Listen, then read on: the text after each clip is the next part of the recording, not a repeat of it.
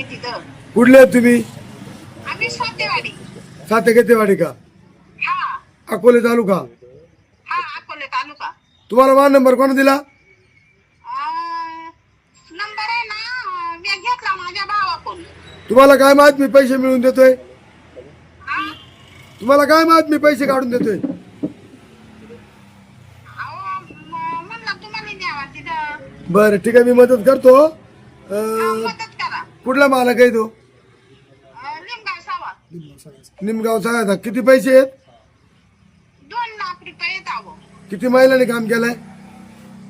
बरेच महिला आहो. 2 गाड्या चालू होती. आमची एक होती हा. आणि दुसरी त्याची एक होती. मग तो काय म्हणतो आता? तिथं ना त्याचा फोनच नाही लागत आहो. बंद सांगत आहे फोन. तुम्ही फिरत दिले का? हा? पोलीस कंप्लेंट केलंय का? नाही उद्या करायची.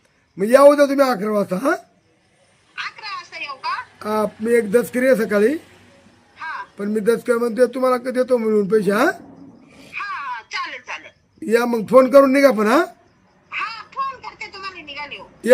एकूण लेबर किती होते? बरेच आहेत आहो. मी 1 रुपया नाही दिला का?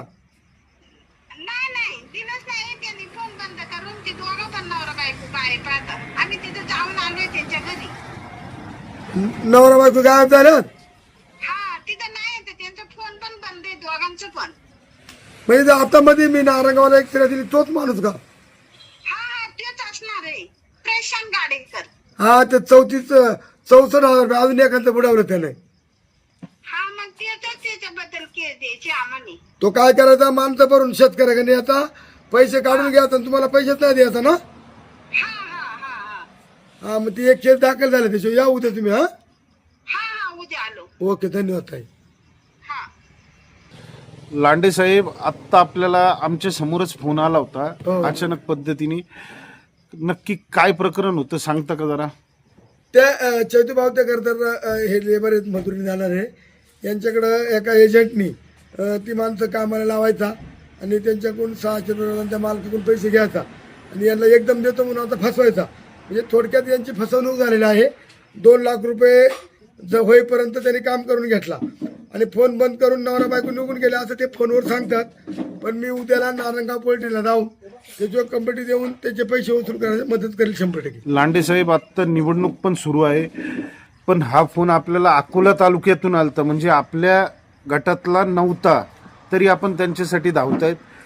या लोकांचा आत्मविश्वास आहे का की तुम्ही पैसे मिळवूनच देताल?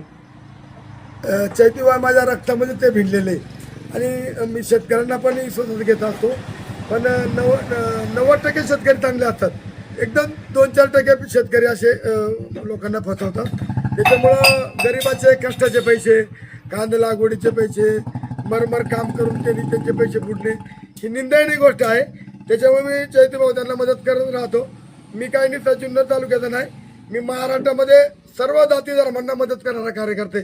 कोण कुठल्या जातीचा, कोण कुठल्या धर्माचा, याहीपेक्षा मजुराला आणि शेतकऱ्याला न्याय मिळवून देण्याचं काम मी आयुष्यभर करत असतो. त्यांचे 2 लाख रुपये अडकलेले आहेत, आपण मिळवून देणार?